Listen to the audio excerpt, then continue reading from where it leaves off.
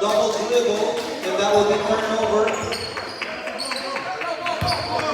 Ball will go to ALTP, a chance for them to increase their lead. Hernandez with the leather. Hernandez, sudden burst of quickness. Talyara with the hand on his face.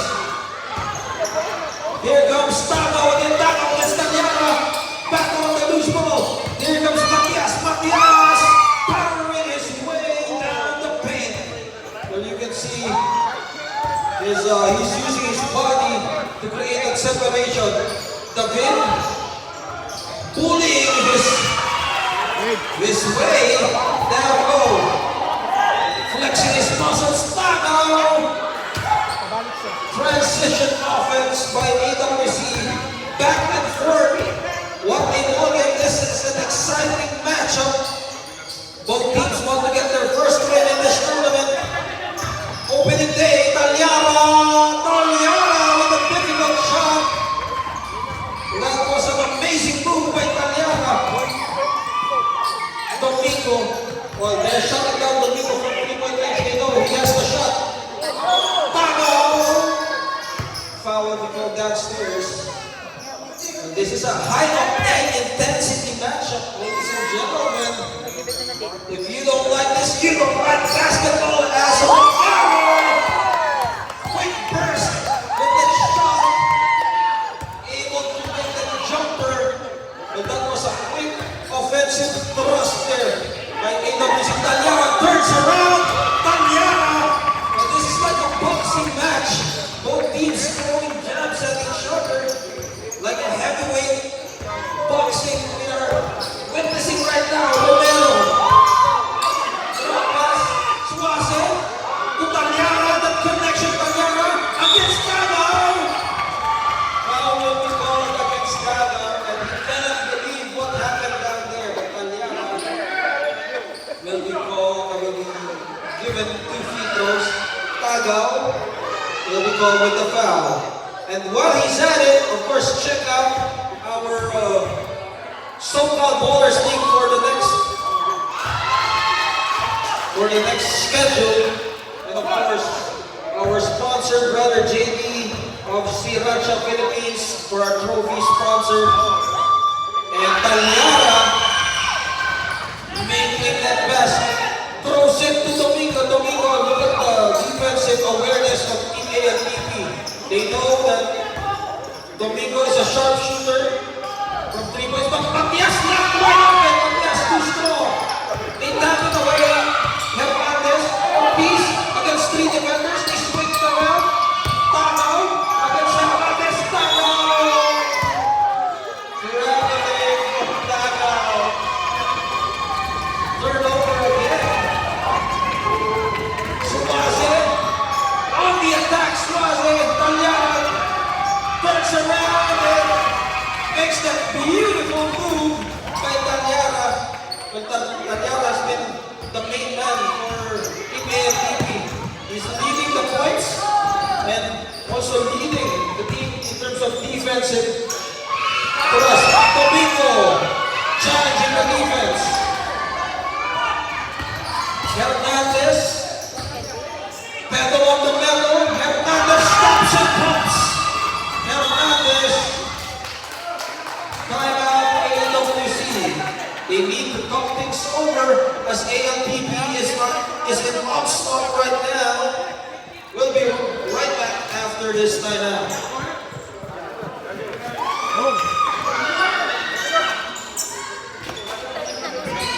Our score is 33-40. ALTP up by 7 points. You are watching Interlodge Freemason Basketball League exclusively for Freemasons. We'll be right back after this time.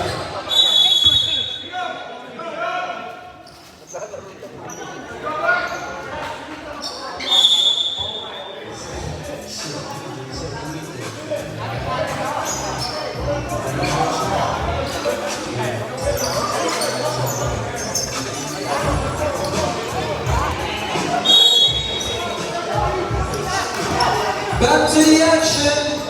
Marshall in the ball game. Ortiz down low with a jump hook. But Lakman able to control that ball. Berrendo, they swing it. Cabral, too short on that one. Marshall on the run. Foul will be called on number 12, Cabral. As Marshall will have his opportunity at the free throw line. ALTP still up, but AWC not far behind.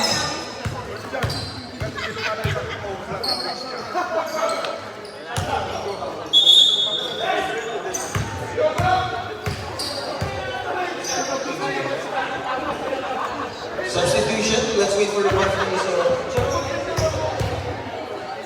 Jerome, sir, Ramirez for Domingo. Domingo needs to take a rest, but he has been hot in the first half, having 2 3-pointers back to back. Cabral, Berrendo, at the middle. They go Cabral, Suarez, he's still opening, throws it for Lakman. Lakman can't buy a basket, but that was a good sharing of the ball for TPLTV. Tagaw! What a move by Tagaw! He was able to deflect the defenders. What a gorgeous play by Tagaw. Tagaw escaping the clutches of the defense. Those are 3 defenders that he was able to deflect like a magician, I would say. Let's see if ALTP has some answers here. San Juan lights it up. Offline for San Juan. They will slow things down. Marshall. They are having the momentum. Ortiz, Ortiz, powering his way. Ortiz, nothing on him. Suarez, transition offense for Suarez. Challenged by the defense, able to bother him a little bit, but he's still able to get the ball. Cabral.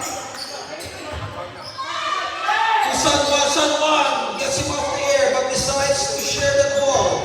Cabral, or rather Berrendo, manning the point guard duties, slow things down, 10 seconds on the shot clock. Suarez, too strong. Here comes Ramirez. Marshall. Chaos down low. Substitution. Matias in the ball game for AWC, while for ALTP it's David and Talyara back in action with 12 minutes and 30 seconds remaining here in the second half. Hernandez looking at a 2-3 zone. Cabral still nothing for him. Matias looking for his options. He sees Tagaw. Tagaw with the left hand. Graceful move. But Ramirez.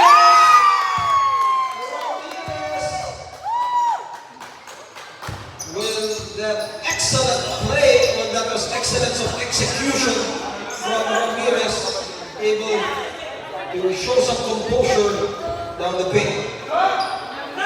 Substitution. Moralina, worshipful Moralina is in the ballgame.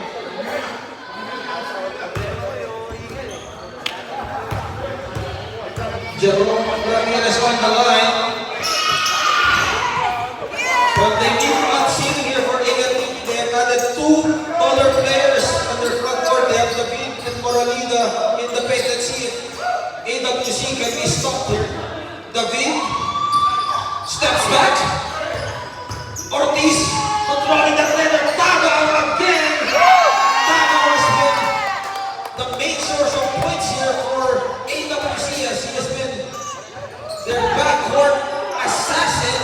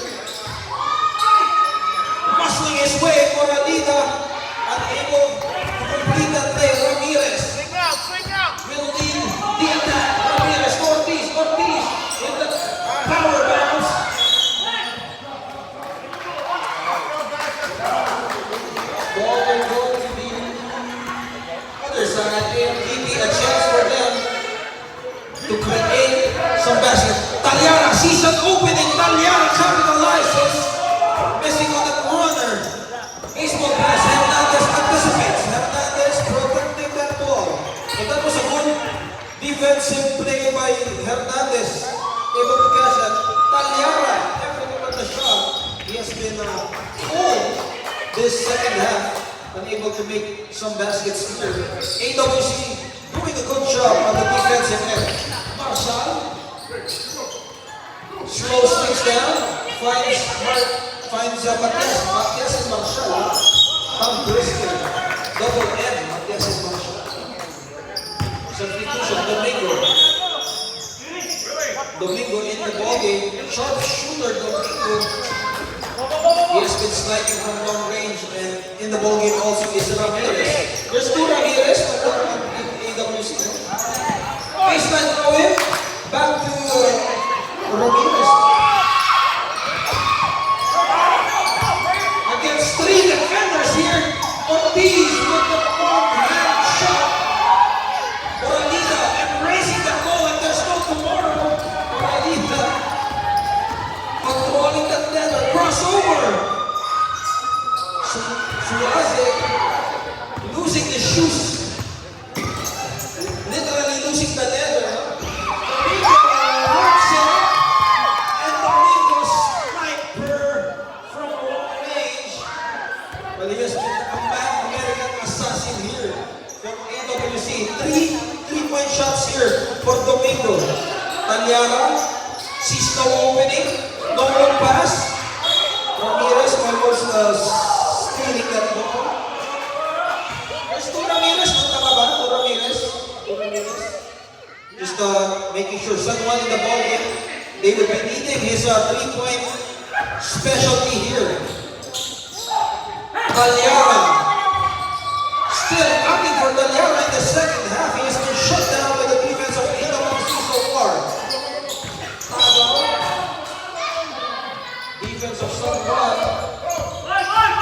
Cutting the play. Ramirez catching the ball. Throw pass. That was just a lucky play. Magnificent touch pass. Ramirez to Ortiz. Well, the potential team chemistry evident here. Down low, Suarez. Nothing on the backcourt for PAFPP. Ramirez. Ramirez. Domingo. Domingo again. Tagaw. His version. Hernandez. Tracking the loose ball. And Talyara. With the leather. Talyara. Thought about it. Still nothing for Talyara. Tagaw on the run. Tagaw. Cross pass for Ramirez. Spins and turns. Tagaw. From the corner. Tagaw. Ramirez.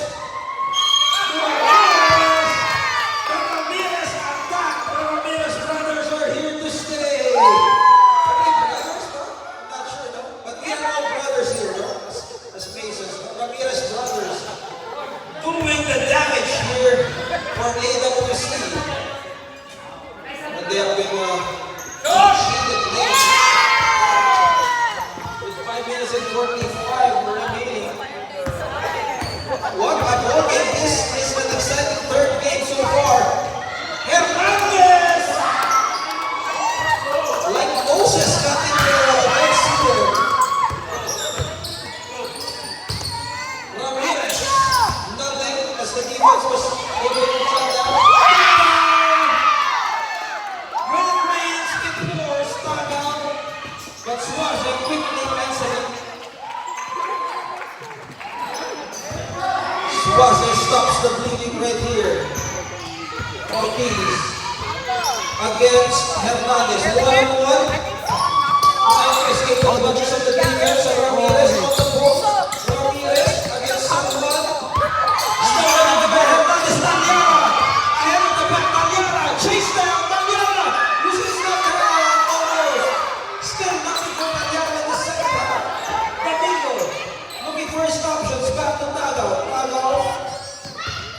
facilitating. Ramirez on the prowl. Talyara leading the charge. Kuswaze.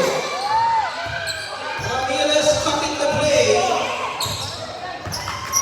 Ramirez, they have their numbers. Domingo, left wide open. Domingo. They kept the ball alive here. Hernandez, bottoming. Ramirez substitution. High intensity matchup here. Well, exciting is an understatement. What a ball game. Both teams want to have their first win so far. Tagaw, short. Matias and Tagaw are able to see each other. Ortiz with a jumper. Timeout, ALPP.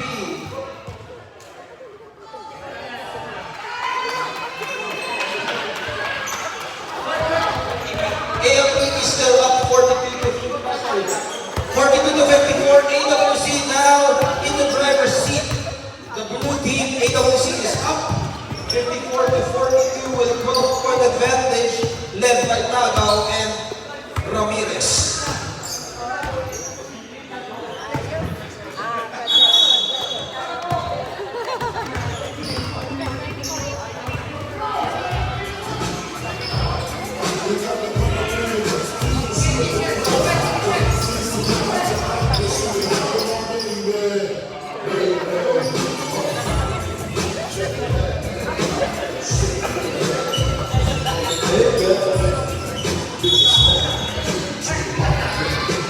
Back to the action. Swaze challenging the defense. Swaze trying to use the board. Still nothing for Swaze. They have been on a drought here. Swaze and Talyara needs to make those baskets. Here comes Romero. Domingo again. Domingo skying high for the rebound. Tagaw no look pass to Matias. Back to Romero. Ramirez. Nothing on him. Baseball pass. He throws to Swaze, unable to catch him. Well, so far, what we have been witnessing, ALPP, Swaze, and Talyara has not been able to buy some baskets here. That's the prime reason they're down, because a while ago in the first half, ALPP led by Talyara and Swaze, they were making those baskets. But with the entrance of Tagaw, they have been making life things difficult here for ALPP. Matias down low, Milo Ortiz. They have no answer for Ortiz down the paint. Baseline throw in. Domingo left, opening the shoot. Domingo, that's his fourth three-point shot. Domingo has been hot in this ball game. Hernandez with his own version, still nothing. AWC coming from behind on this ball game. Tagaw challenging for defenders. Slicing the defense. What a move! But David able to answer right back with that fast break opportunity. Romero being double teamed here with 1 minute and 50 remaining. Sense of urgency needed here by Team ALPP. Let's see if they can turn things around. Ortiz on the post against Power David. At the corner, Domingo will try for a spin. Domingo from the corner pocket doing the damage here. Domingo makes it rain from 3-point range. David has been playing 3 games here so far. Left hand, using his left hand. Well, for brother David, yes, not yet won a single game on these 3 games that he played so far. Matias, nothing for Matias, off line. Talyara to Swaze, Swaze, still nothing for Swaze. Look at the defense of AWC, just suffocating the life out of ALPP with 50 seconds remaining. What a ball game. Sudden